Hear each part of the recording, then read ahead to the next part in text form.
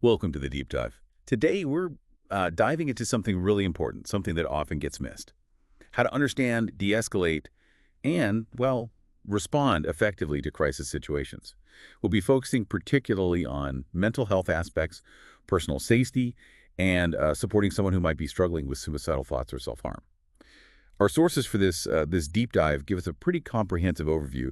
They cover like the core principles of crisis intervention, personal safety. Yeah, and the de-escalation techniques, too. Right, exactly. And responses for suicidal ideation, self-harm, and even guidance for, putting together a solid crisis intervention plan.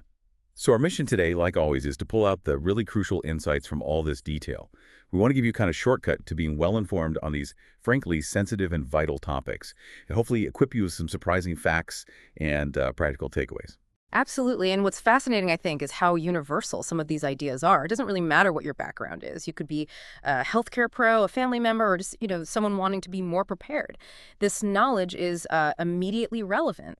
Understanding these principles can really empower you in so many situations, personal, professional, all sorts. Okay, so let's start by unpacking what a crisis actually is. Our sources define it as the inability to cope or adapt to a stressor. Right. Which then leads to this psychological disequilibrium. Yeah. So when someone's in that state, the core goals for intervention are pretty clear. Identify, assess, and then, well, intervene. The big picture goal is getting that person back to how they were functioning before, hopefully quickly, and also lessening any negative impact on their, future mental health. And that idea that crises are time limited is actually quite hopeful, isn't it? Usually a few days up to maybe 4 or 6 weeks max. But it raises a question, right? If they are time limited, what actually influences someone's ability to resolve them? What helps them get back to that equilibrium? Yeah, what did the sources say about that? Well, they really pinpoint 3 crucial things. First, having a realistic perception of what happened. Can they see a way through it? Okay. Second, having adequate situational support and, not being alone in it. Makes sense. And third, having sufficient coping strategies, like the tools to deal with it. If even one of those is missing, well, resolution gets a lot harder. It's like trying to build something without all the parts. Building on that idea of support and equilibrium. Yeah. Let's pivot slightly. Personal safety. It's not just about the person in crisis, is it? No, not at all. That's a huge point in the sources. It's also about the healthcare providers, the caregivers. Exactly. Recognizing how common traumatic experiences are and making absolutely sure that healthcare settings themselves don't accidentally re-traumatize people. So it's about creating safety, physical, psychological, emotional, for literally everyone involved. That's right. And we can get practical about that too, like doing an environmental risk assessment. What does that actually involve? Like, what are you looking for? Well, you're looking for subtle things sometimes. Anchor points, maybe door hinges, hooks, things that could potentially be used for self-harm. It's about continuous monitoring, removing dangerous objects, even carefully checking items that clients or visitors bring in. It requires like constant vigilance. Got a mental checklist running in the background. Yeah, exactly. Like being a sort of quiet safety ninja in the room. And for staff, the sources give specific strategies too, right? Like dressing for safety. Things like tucking away long hair, avoiding jewelry someone could grab, using those breakaway lanyards. Okay, but what if you're not a healthcare pro? How do those ideas translate? Like, what's the equivalent of dressing for safety or checking the environment at home, maybe with a friend? That's a really good question. The core idea is still the same. Proactive awareness. For anyone, it means being really aware of your immediate surroundings. In a professional setting, yeah, it's position yourself near the door. Yeah. In a personal one, it might just be making sure you're in an open space, not cornered, if you sense things are getting tense. Okay. And it's also about being super attuned to behaviors. Verbal cues, yelling, maybe a threatening tone. And nonverbal ones too. Oh, absolutely. Nonverbal cues like pacing, clenched fists, sudden changes in how someone's acting, those can all signal escalation. And maybe most importantly, being attuned to your own responses, trusting your gut instinct about the situation. One thing that seems really powerful is understanding that a crisis doesn't just, poof, appear out of nowhere. Right. The sources talk about these phases of crisis development. Yeah. It sounds like a kind of roadmap. Yeah, it is, basically. It helps you figure out where someone is and, crucially, what kind of help is most effective right then. So can you walk us through those phases? Sure. It starts with normal stress and anxiety. People are still pretty rational and control. Then it ramps up through, rising anxiety, severe stress, all the way to the actual crisis phase. Mm. That's where tension hits a breaking point, thinking it's disordered, and there can be real danger. Okay, so how do you respond differently in those early stages, phases 1 and 2? In those early phases, it's mostly about empathetic inquiry, asking things like, tell me more about what's bothering you. That's key. And maintaining a calm demeanor yourself, open body language, nothing threatening.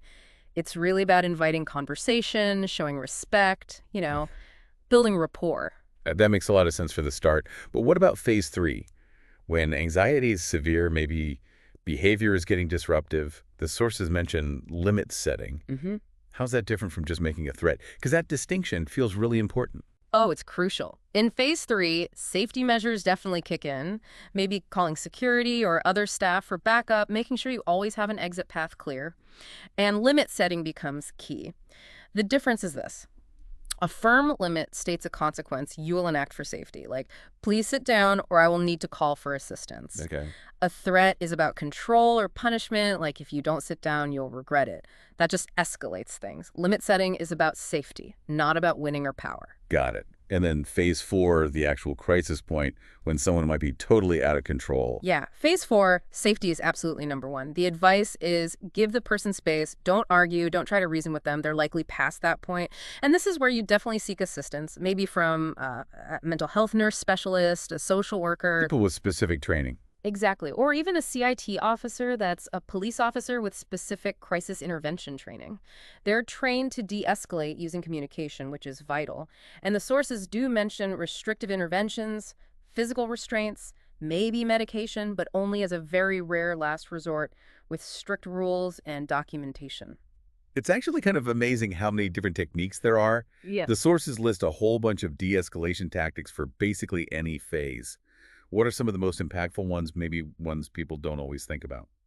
Well, one that's simple but powerful is just maintaining personal space. Mhm. The recommendation is about 2 arms lengths and avoiding provocative gestures like pointing fingers or staring them down. Right. Another really interesting one is this philosophy of yes. The philosophy of yes. What's that? It's about trying to respond affirmatively, even if you can't give them exactly what they want right now. So instead of a hard no, you say something like, yes, as soon as, or, okay, but first we need to, It sounds small, but it can be really effective because it shows respect while you're still setting a boundary. That makes sense. Yeah, Avoids that immediate shutdown. exactly. And we also need to talk about what not to do. Arguing, being condescending, criticizing, interrupting, taking things personally. And never lying, right? That came up. Absolutely never lie. It just destroys any trust. It also means being direct about potential violence, asking things like, do you feel like hurting yourself or someone else? Or even, do you carry a weapon? You have to ask sometimes. This deep dive also gets into the really sensitive but obviously vital topic of suicidal ideation and self-harm. Let's just clarify the definitions from the sources first. Suicidal ideation is, Thoughts of killing oneself. right, then a suicide plan. That means someone has a specific plan, the means, and the intent to die. And a suicide attempt is when someone harms themselves intending to die, but they don't die. And being aware of the warning signs is just critical. Things like someone feeling like they're a burden, feeling isolated, trapped, maybe in unbearable pain. What else? Increased substance use, really extreme mood swings, talking about hopelessness, sleeping way too much or too little, or, directly talking or posting online about wanting to die, even looking for ways to access lethal means. These are all red flags. So if you see those signs, what can you actually do? How can you help? Well, the sources lay out 6 key action steps for prevention. The first one, and it can feel really hard, is to ask directly, are you thinking about killing yourself? And the sources are really clear on this, aren't they? Asking doesn't put the idea in their head. No, absolutely not. It can actually be a relief for the person to be asked. Other steps are listening without judging, staying with the person, or making sure they're safe until help gets there, removing things they could use to harm themselves, and using resources like calling or texting 988, the suicide and crisis line. And in a healthcare setting, there's proactive screening too. Yes, definitely. Using validated tools, the sources mention the PSS-3, the patient safety screener. Think of it like a standard checklist. Pretty much. It ensures everyone over 12 gets checked consistently. Using an evidence-based method, it's not just guessing. And if someone screens positive on that, Then a more in-depth risk assessment is done, often using something like the CSSRS, the Columbia Suicide Severity Rating Scale. These are like more advanced tools to really understand the level of risk. So when someone is identified as being at risk, Hmm. a safety plan gets developed. What does that actually involve? What does it look like? Right, a safety plan. It's described as a collaborative thing. You create it with the person. It's basically a prioritized written list of coping strategies and support sources. It needs to be brief, in their own words, and should even include problem solving for things that might get in the way of using it. It's like their personal roadmap for getting through tough moments. Okay, and the sources also touch on non-suicidal self-injury, NSSI. Yeah, NSSI. That's when someone intentionally harms themselves, like cutting or burning, but without intending to die. It's often a way of coping, albeit a maladaptive one. How should someone respond to that? The advice is a matter-of-fact neutral response. You don't want to inadvertently reinforce the behavior by giving it lots of attention, but you also don't want to shame them, which just pushes them away.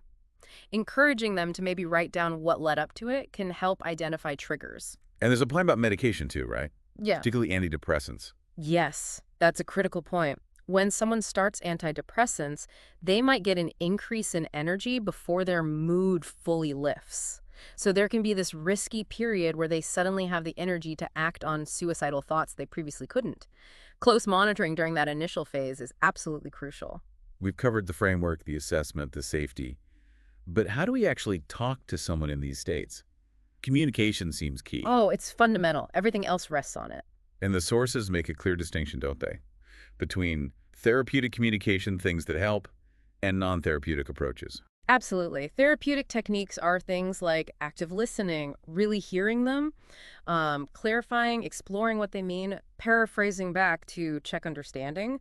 Even just providing silence can be helpful. Give them space to think. And the non-therapeutic ones to avoid. Things like giving advice, telling them what you think they should do, changing the subject, showing sympathy instead of empathy, which can feel pitying. Or asking why questions. Yeah, why questions often sound accusatory, like, why did you do that? Yeah. Better to ask what or how questions. So what are some practical tips for making communication truly therapeutic? Well, having a goal for the conversation helps. Being really self-aware of your own nonverbal signals, what message are you sending?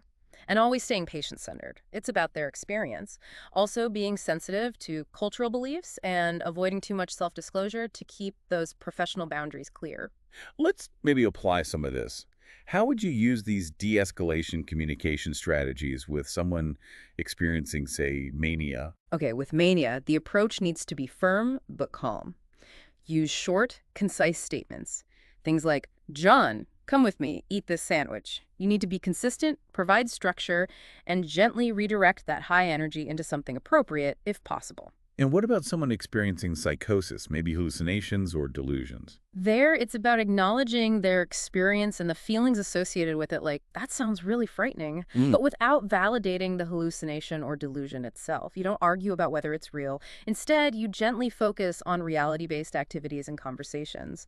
Let's focus on what's happening right here now. It feels like all these different pieces, assessment, communication, safety planning, all come together in the overall crisis intervention plan. Exactly. It all culminates in that. The nursing process provides a really good structure for it. Starts with that comprehensive assessment, mental status, psychosocial factors like trauma history, substance use. And then establishing nursing diagnoses, like figuring out the key problems. Right. And prioritizing them using Maslow's hierarchy of needs. Safety always comes first. So risk for suicide would be addressed immediately before, say, impaired social interaction. You mentioned milieu therapy earlier, too. What exactly is that? Yes. Milieu therapy is basically creating an entire environment, the physical space, the routines, the staff interactions, group sessions. Everything is designed to be therapeutic and supportive for the person. It's about the whole setting contributing to healing and safety. Yeah. Then after diagnosis comes outcome identification, setting those SMART goals we talked about. Specific, measurable, attainable, relevant, time-bound goals, like client will identify one coping strategy they can use by the end of the shift. So then planning the interventions flows from those goals. Precisely. Developing safety-focused strategies, ideally with the client. This covers coordinating care, maybe health teaching, that milieu therapy, and building that all-important therapeutic relationship. And then you implement the plan. Right. Implementing it, always prioritizing based on safety and constantly reassessing, things change. So the plan might need to adapt. Followed by evaluation, Uh, checking if the plan is working against those SMART goals. exactly. Measuring progress, seeing what worked, what didn't, and revising the plan if needed. It shows how dynamic and adaptable crisis intervention has to be. So we've really covered a lot of ground today. Yeah. A deep dive into crisis intervention, personal safety, de-escalation, responding to suicidal ideation and self-harm, pulling out those key insights. It's clearly a field that demands, well, both knowledge and a huge amount of compassion.